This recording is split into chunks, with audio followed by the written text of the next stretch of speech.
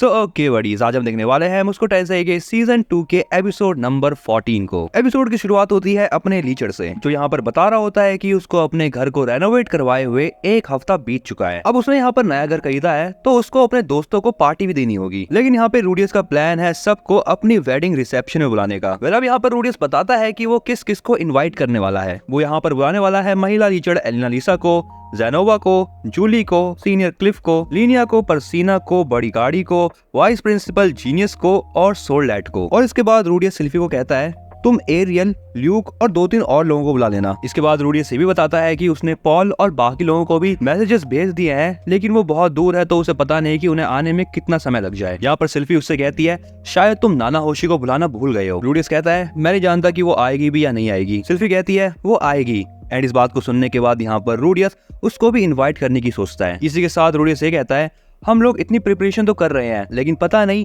ये लोग आएंगे भी या नहीं आएंगे। यहाँ पर सिल्फी को पूरा भरोसा है कि एरियल और जेनोवा आएंगे ही आएंगे, और लीनिया और परसीना भी आ ही जाएंगी, क्योंकि बीस्ट लोग कभी भी किसी भी इनविटेशन को मना नहीं करते। रूडियस कहता है हाँ क्लिफ भी आ ही जाएगा, क्योंकि उसने खुद ही इनविटेशन मांगा था। सिल्फी बताती है कि वो एलिना लिसा से बात करेगी और वो भी आ ही जाएगी। यहाँ पर रूडियस सोचता है कि उसने सिल्फी और एलिना लिसा को कभी बात करते हुए नहीं देखा एक साथ। इसके बाद अगला सीन होता है टाउन का। यहाँ पर रूडियस और सिल्फी घूम रहे होते हैं। रूडियस के दिमाग में यहाँ पर ये चल रहा है कि अगर 10 से ज्यादा लोग आए तो उसको ज्यादा प्रिपरेशन करनी होगी, और यही सोचकर यहाँ पर रूडियस सिल्फी के साथ शॉपिंग करने के लिए आया है। सिल्फी रूडियस से कहती है मुझे खाने का सामान खरीदने से पहले तुम्हारे लिए कपड़े खरीदने हैं। रूडियस यहाँ पर बताता है कि उसने जो जैकेट अभी पहन रखी है वो उसकी फेवरेट है, लेकिन अब ये फटने को हो रही है, इसलिए अब यहाँ पर ये दोनों सबसे पहले कपड़े खरीदने का डिसाइड करते हैं। दुकान के अंदर एंटर करते ही यहाँ पर सिल्फी शॉपकीपर से कहती है इनके लिए जरा कपड़े दिखाना, जिस पर शॉपकीपर रूडियस से कहता है तुमने मैजिक में कौन से एलिमेंट पे मास्टरी कर रखी है। रूडियस कहता है वाटर और अर्थ। ये सुनकर वो शॉपकीपर रूडियस को एक कमाल की जैकेट दिखाता है। यहाँ पर रूडियस सिल्फी से कहता है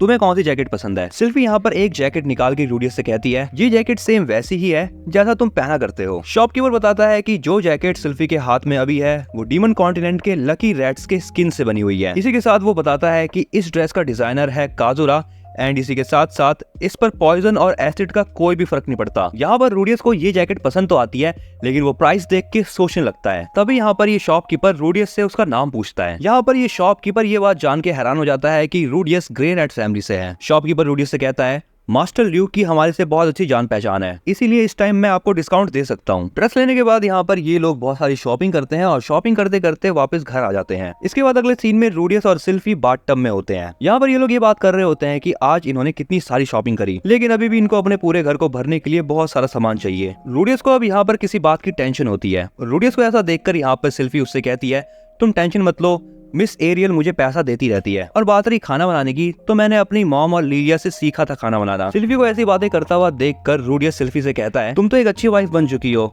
लेकिन मुझे नहीं पता कि मैं एक अच्छा पति बन पाऊंगा नहीं बन पाऊंगा। इस बात पर सिल्फी रूडियस से कहती है तुम तो मेरे आइडल हस्बैंड हो। ये कहने के बाद सिल्फी रूडियस के पास आके उससे कहती है आई लव यू, एंड उसे किस करती है। इस चीज पे हमारे लीचर का मूड बन जाता है और वो सिल्फी को बाथरूम से उठा के सीधा बेडरूम में ले जाता है। और ये चीज देखकर यहाँ पे ऐसा लग रहा है कि इन्होंने रात भर कुछ तो करा है बवाल। इसके बाद अगला सीन होता है कुछ दिनों बाद का। रूडियस यहाँ पर बताता है कि आज उसकी वेडिंग रिसेप्शन है, और रूडियस ने डिसाइड करा है कि वो रिसेप्शन को दोपहर में रखेगा। वो बताता है कि सोलडेट और प्रिंसिपल ने उसके इनविटेशन को रिजेक्ट कर दिया क्योंकि वो बिजी थे, लेकिन बड़ी गाड़ी फ्री है तो वो आ जाएगा, और बचे हुए बाकी सभी लोगों ने इनविटेशन को एक्सेप्ट कर लिया है। यहाँ पर ये सभी लोग इकट्ठा हो रखे हैं। तभी यहाँ पर रूडियस भी आता है और वो सबसे कहता है आप सभी एंजॉय करो, हमने आपके लिए आलू वाले चिप्स भी रखे हैं। नाना होशी रूडियस से कहती है तुमने सच में आलू वाले चिप्स बनाए हैं। रूडियस नाना होशी से कहता है हाँ तुम्हारी ही मदद से हमें एक कुकिंग ऑयल मिल गया था। वो यहाँ पर बताता है कि उसने अपने सभी दोस्तों को ये बता दिया है कि सिल्फी ही फिट्स है, लेकिन तभी यहाँ पर रूडियस सोचता है बड़ी गाड़ी अभी तक नहीं आया। लिसा रूडियस से कहती है बड़ी गाड़ी के बारे में टेंशन लेना छोड़ो, उस जैसे लोग हजारों सालों तक जीते हैं,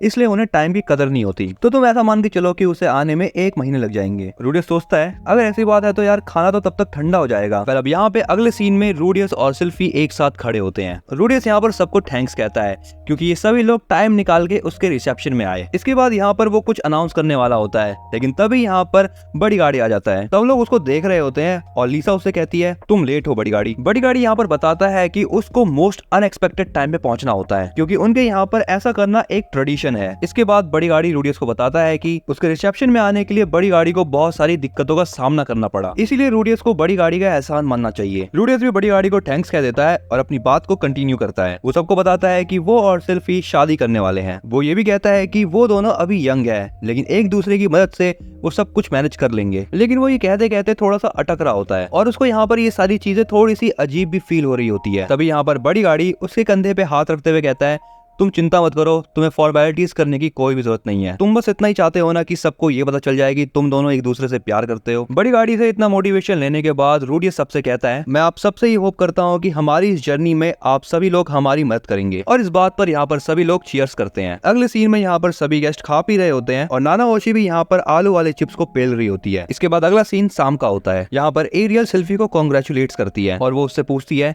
क्या ये घर रूडियस और तुम्हारे एक्सपेक्टेशन पे खड़ा उतरा? इस पर सिल्फी कहती है कि उसने जितना सोचा था ये घर उससे भी ज्यादा अमेजिंग है। एरियल कहती है, अगर तुम चाहो तो तुम 1 साल का ब्रेक ले सकती हो। सिल्फी कहती है, अभी नहीं, जब हमारे बच्चे होने वाले होंगे मैं तब ब्रेक लूंगी। यहाँ पर ल्यूक भी रूडियस को कॉन्ग्रेचुलेट करता है। इसके बाद यहाँ पे जेनोवा और जूली भी आते हैं और उसको थैंक्स करते हुए कॉन्ग्रेचुलेट भी करते हैं। जेनोवा यहाँ पर सिल्फी से कहता है कि उसको ये लगता था कि सिल्फी एक लड़का है, इसीलिए वो सिल्फी से माफी मांगता है। लेकिन सिल्फी कहती है, ये सब करने की कोई जरूरत नहीं। रूडियस भी मनी मन कहता है, मैंने फर्स्ट टाइम खुद सिल्फी को लड़का समझा था। इसके बाद सभी एक एक करके इन दोनों को कॉन्ग्रेचुलेट कर रहे होते हैं। नाना होशी भी यहाँ पर इनको कॉन्ग्रेचुलेट करके जाने वाली होती है, लेकिन सिल्फी उसे रोक के कहती है, तुमने एक बार कहा था कि तुम और रूडियस सेम ही टाउन से हो, तो उस समय तुम्हारे कहने का मतलब क्या था? नाना होशी इस पर कहती है कि उसको गलतफहमी हो गई थी, क्योंकि रूडियस और वो सेम ही लैंग्वेज बोल रहे थे, इसीलिए उसको लगा कि रूडियस और वो एक ही टाउन से हैं। और ये कहने के बाद वो वहाँ से चली जाती है। इसके बाद यहाँ पर क्लिफ भी इन दोनों को कॉन्ग्रेचुलेट करता है और ब्लेसिंग्स देता है। एलिना लिसा भी यहाँ पर आके रूडियस से कहती है, मुझे खुशी है कि तुम्हारा ईडी ठीक हो गया, लेकिन तुम्हें मुझे इस बारे में बताना चाहिए था। रूडियस यहाँ पर समझ जाता है कि लिसा के कहने का मतलब क्या है, इसलिए वो कहता है, इसीलिए मैंने तुम्हें नहीं बताया। लिसा कहती है, मैं तुम्हें पहले भी कहा था कि मुझे पॉल की बहू बनने का कोई भी इंटरेस्ट नहीं है। और ये कह के वो सिल्फी को कॉन्ग्रेचुलेट करती है, लेकिन एलिना लिसा सिल्फी से बात करते हुए रोने लगती है। क्लिफ लिसा से पूछता है, आखिर तुम्हें क्या हुआ? अब यहाँ पर सिल्फी लिसा से कहती है, क्या आप मेरी ग्रैंड मदर हो? सिल्फी यहाँ पर बताती है कि उसके फादर ने उसे बताया था सिल्फी की ग्रैंड मदर पॉल की साथी हुआ करती थी। लिसा कहती है, ये चीज हो ही नहीं सकती, मेरी जैसी घटिया औरत तुम्हारी ग्रैंड मदर कभी नहीं हो सकती। अब यहाँ पर रूडियस भी सोचने लगता है कि क्या ये दोनों सच में ब्लड रिलेटेड है, क्योंकि रूडियस के पास जो सिल्फी का दिया हुआ पेंडेंट है वो सेम लिसा के पेंडेंट से मैच करता है, और दूसरे तरीके से देखे तो ये दोनों सेम दिखते हैं। तभी रूडियस क्लिफ से कहता है, आप लिसा को 2nd फ्लोर के बेडरूम में ले जाओ। क्लिफ भी यहाँ पर ऐसा ही करता है और लिसा रूडियस से कहती है, सिल्फी मेरी जैसी लड़की नहीं है। रूडियस कहता है, आप चिंता मत करो, आपकी वजह से मैं सिल्फी को नहीं छोड़ने वाला। लिसा इस बात पर खुश हो जाती है और क्लिफ उसको बेडरूम में ले जाता है। वेल अब यहाँ पर इसके बाद एक यहाँ से सभी चले जाते हैं। अगले सीन में यहाँ पर सिल्फी क्लिफ से कह रही होती है, क्या मैं लिसा से बात कर सकती हूँ? जिस पर क्लिफ लिसा से कहता है, क्या अब वो ठीक है? लिसा कहती है हाँ, और वो बात करने के लिए तैयार है। यहाँ पर सिल्फी लिसा से बात कर रही होती है और रूडियस एंड क्लिफ रूम के बाहर होते हैं। इसके बाद नेक्स्ट सीन में यहाँ से एरियल भी जाने ही वाली होती है, लेकिन वो रूडियस से कहती है, सिल्फी कहाँ पर है? रूडियस कहता है कि सिल्फी लिसा के साथ है ऊपर वाले रूम में। यहाँ पर एरियल रूडियस से कुछ बातें करना चाहती है। वो रूडियस से कहती है, क्या तुम ल्यूक के साथ एक डुएल करना चाहोगे? वो भी बिना मैजिक के, बस स्वॉर्ड यूज करनी होगी। चिंता मत करो, बस ये मजे के लिए है। रूडियस कहता है, अगर ये मजे के लिए है तो मुझे असली तलवार यूज नहीं करनी, क्योंकि अगर मैंने असली तलवार यूज करी तो हो सकता है कि ल्यूक मुझे आधा कर दे। लेकिन साथ ही साथ रूडियस यहाँ पर ये सोच रहा होता है कि ये सारा काम करने का मतलब क्या है आखिर। इसीलिए रूडियस एरियल से पूछता है, क्या मेरे से कोई गलती हो गई है क्या, और क्या आप मुझसे नाराज हो? एरियल कहती है, नहीं, अगर तुम मना करना चाहते हो तो कर सकते हो, लेकिन मैं चाहती हूँ कि तुम ये डुएल करो। ल्यूक भी उसे प्लीज कहता है, जिस पर रूडियस भी मान जाता है। अब यहाँ पर इनकी फाइट चालू होती है, जिसके अंदर रूडियस आराम से जीत जाता है। ल्यूक इस चीज पर एम्बेरस फील करता है। वो सोचता है कि वो इतनी आराम से कैसे हार सकता है। यहाँ पर ल्यूक की हीलिंग चल रही होती है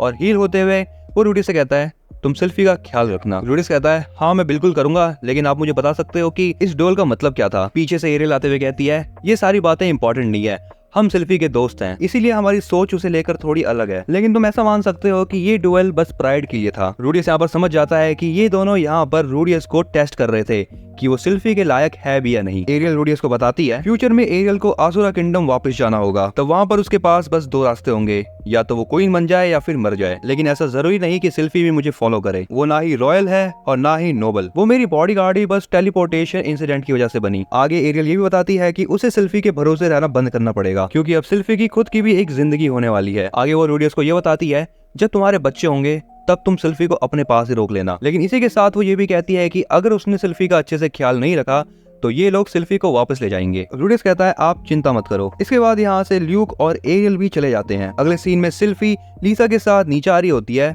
और वो रूडियस से कहती है मिस एरियल कहाँ पर है। रूडियस उसे बताता है कि एरियल घर चली गई। फिर इसके बाद रूडियस सिल्फी से कहता है तुम्हारी बात हो गई एलिना के साथ। जिसके बाद यहाँ पर रूडियस को पता चल जाता है कि लीसा ही सिल्फी की एक्चुअल ग्रैंड मदर है। रूडियस ये बताता है कि लीसा के कर्ज के वजह से उसकी ये हालत हुई है आज, इसीलिए लीसा ने अपना नाम रिवील करना छोड़ दिया अपने बच्चों को। लीसा अपने बच्चों को बड़ा तो करती थी लेकिन उन्हें एक टाइम पर अकेला छोड़ देती थी और ऐसा ही वो करते आ रही है। रूडियस यहाँ पर ये बताता है कि एलिना सिल्फी को देखकर ही समझ चुकी थी कि वो उसकी ग्रैंड चाइल्ड है या ग्रेट ग्रैंड चाइल्ड है, लेकिन तब भी उसने ये बात सबसे छुपा के रखी। तभी क्लिफ यहाँ पर रूडियस से कहता है मैंने जैसा लीसा के बारे में सोचा था लीसा बिल्कुल भी वैसी नहीं है। रूडियस सोचता है हाँ ये ऑब्वियस सी बात है, आखिर ये सारी बातें जानते हुए भी कोई क्यों लीसा जैसी औरत के साथ रहेगा। लेकिन क्लिफ कहता है कि उसने जितना सोचा था लीसा उससे भी ज्यादा होशियार है और वो लीसा की मदद करेगा उसके कर्ज को खत्म करने में, और इसलिए वो रूडियस की इस बारे में मदद चाहता है। रूडियस क्लिफ से कहता है तुम एलिना लीसा के बारे में इतना सब कुछ जान के भी ये सब करना चाहते हो। क्लिफ कहता है ये मेरी ड्यूटी है, मैं जिस पर्सन को पसंद करता हूँ उसको खुश हमेशा रखूंगा और मैं लीसा से बहुत ज्यादा प्यार करता हूँ। रूडियस भी उसकी बातों को सुनने के बाद कहता है